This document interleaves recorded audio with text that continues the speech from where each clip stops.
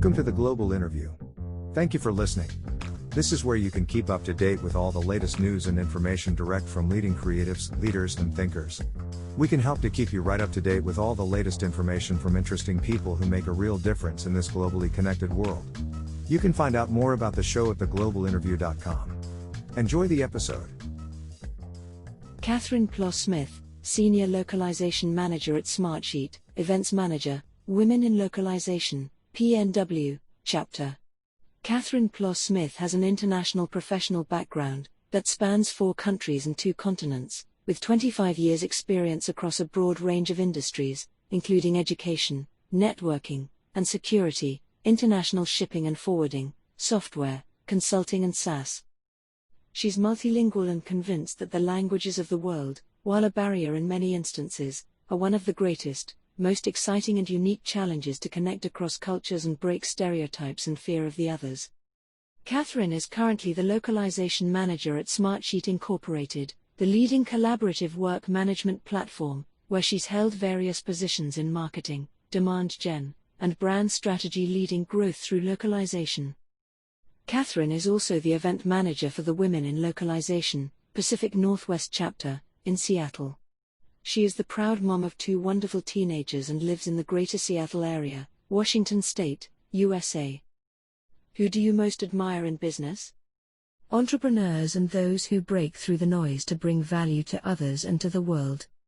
There are many people in the business that I find inspiring and worthy of admiration, whether they have overcome incredible hardships or odds to become who they are, or whether they lead amazing companies that they have evolved over many years. But if I had to pick a few, here in the US, I find Sarah Blakely very inspiring, the creator of Spanx, for her bravery and humility, J.K. Rowling and Oprah Winfrey for their incredible grit, Steve Jobs and Elon Musk for their vision and brilliance. Among people who have passed, I admire Lady Bird Johnson, who was a woman ahead of her time in many ways who made such an impact.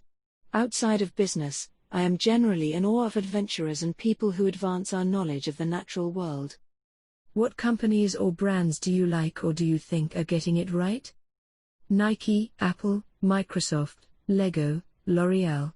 Each of these brands has changed people's lives around the world. Apple products are impressive with their sleek design, breakthrough functionalities, and the founder, who was a visionary. Nike has my favorite tagline, "Just do it." It is simple and powerful, positive and unapologetic.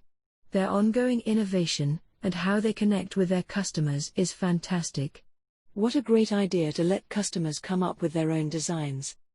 Microsoft has clearly changed how everyone thinks of and experiences technology, and I admire how they have evolved and been unafraid to question what they were doing, change and continuously innovate.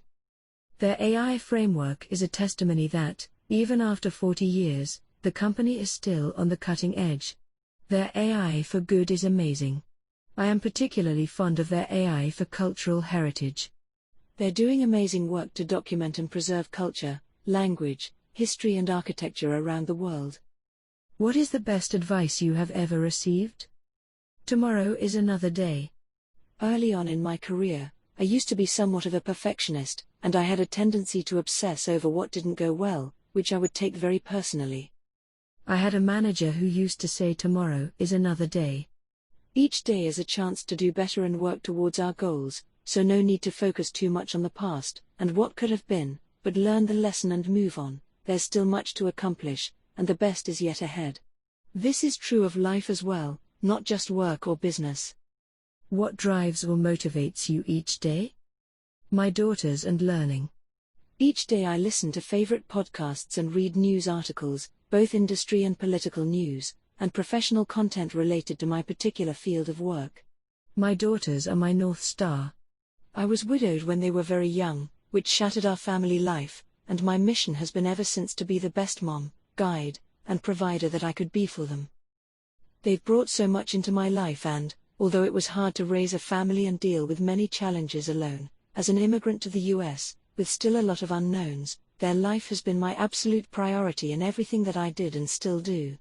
It's a privilege to be their mom. I have learned so much, and they're now teenagers, starting to chart their own path.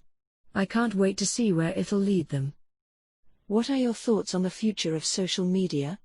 Social media is here to stay and will continue to infiltrate every aspect of our lives and businesses, so we should learn to make the best of it.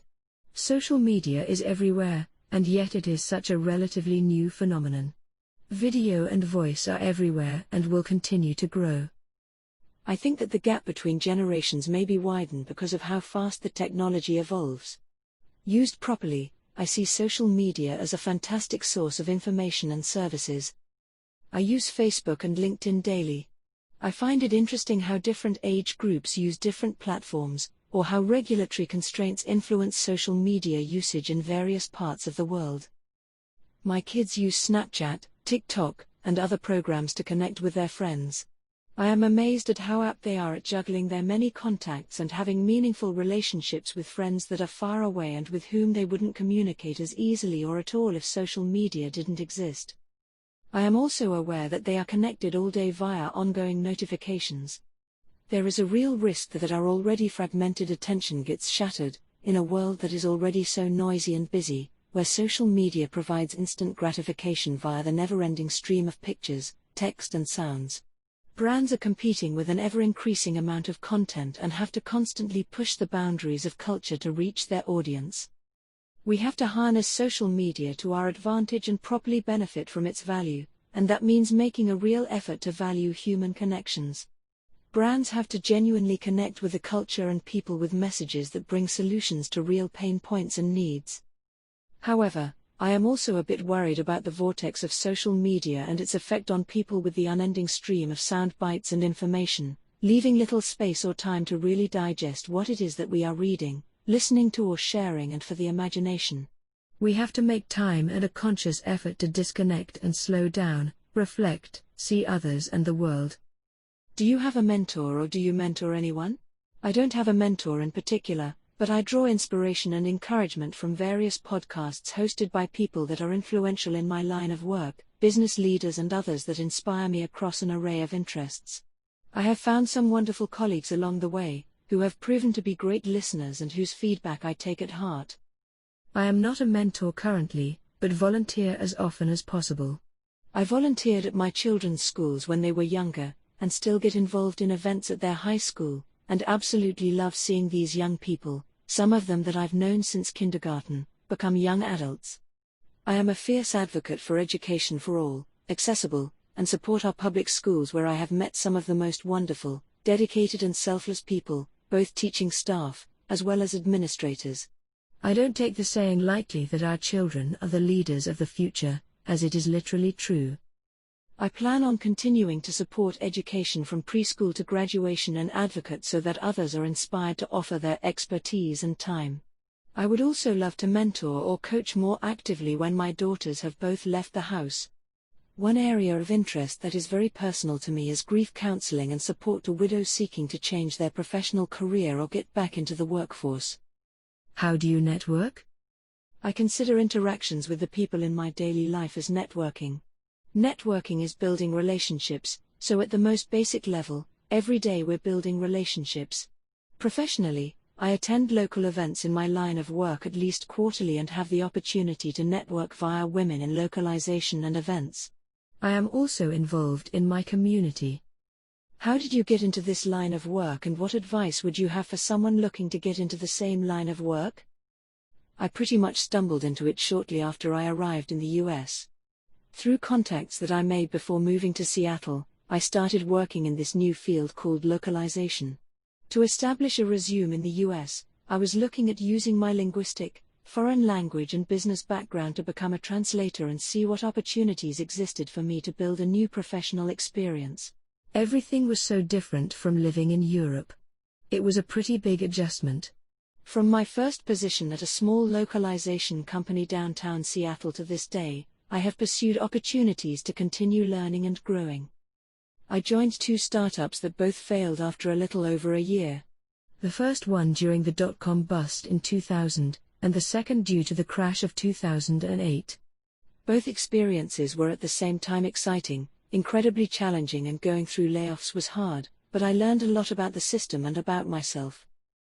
I worked at Microsoft, dealing with completely different challenges, and learned so much from colleagues and the technical challenges that we handled on the various localization teams that I joined. I created my own consultancy and worked on a few interesting projects, part-time for a few years, at a time when I needed to focus more on my family. Ultimately, I realized that I really loved localization and really missed it, so this is what I'm doing now again. My advice is to learn and keep learning, as our industry is evolving rapidly. Don't be afraid to try different roles and refine your skills as you discover what really drives you and what you're truly passionate about. There is no magical recipe, but localization does require both linguistic and technical abilities, as well as keeping up with the technology and cultivating curiosity. What do you wish you had known when you started out? That networking with people in my field of work and seeking mentors is a great way to build knowledge and confidence more rapidly and weather setbacks better. What's the most common reason for people failing or giving up?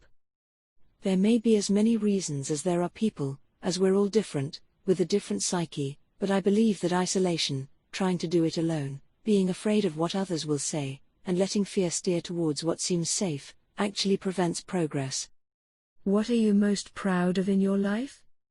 My daughters, and having built a life, after a tragic loss, in a foreign country where I now feel at home. How do you define success? Joy and contentment. I think that the definition of success will vary greatly depending on what drives us and how we see the world. What strikes me and saddens me is when very successful individuals who have made a name for themselves, built incredibly successful businesses and may have a family, commit suicide. They worked so hard, and are role models to others. How much good could they have done? I was very sad to hear of the passing of Kate Spade and Anthony Bourdain, to name a couple of individuals who fit the definition of success, who have ended their lives in recent years. I can't help but think that all the success, the applause, the money and recognition in the world were not enough because perhaps joy and contentment were missing in their lives, or a sense of peace was eluding them. What do you think your unique skills is that has helped you become successful?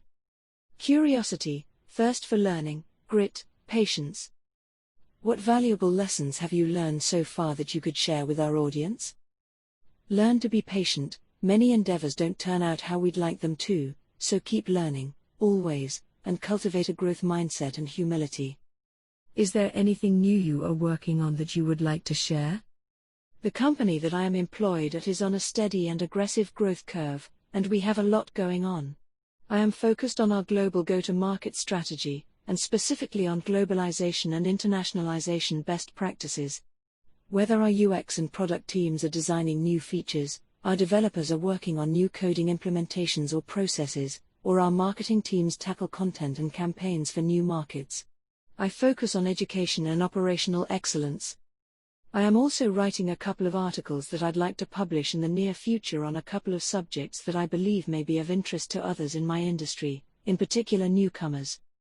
Where's your favorite place?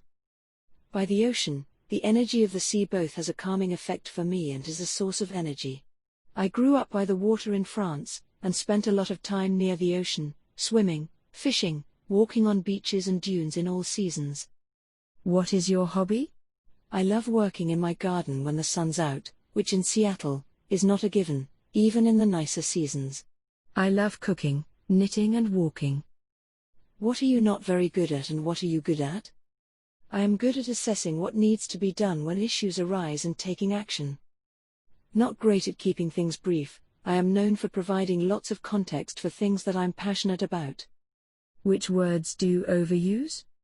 Does a French swear word count? Your social media platform of choice? LinkedIn, professionally, and Facebook, personally, occasionally WhatsApp to connect with friends and family in Europe. When are you happiest? At home, anywhere I spend time with my children, and on road trips. Your favorite writer, author, movie and TV show?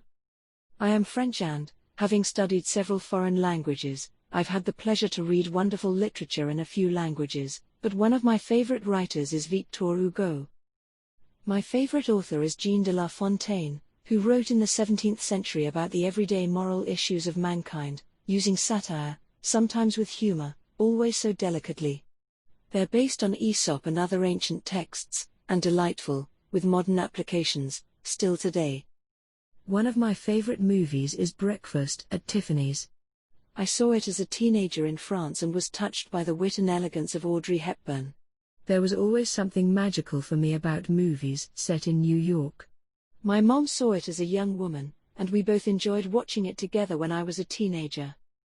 My TV and movie tastes are very eclectic, from sci-fi shows, adventures, The Lord of the Rings and The Hobbit movies, to comedies. Frasier and Seinfeld were two favorites, and documentaries. What living person do you most admire? Anyone who is willing to challenge the status quo, directly, respectfully, with conviction. No one has the whole truth. A positive quote you like to share with people.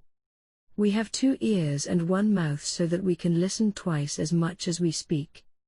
Thank you for listening to this interview on The Global Interview. You can join the Global Interview newsletter at theglobalinterview.com. Thank you for listening to this episode from The Global Interview. We appreciate your support. If you would like to find out more, please visit theglobalinterview.com.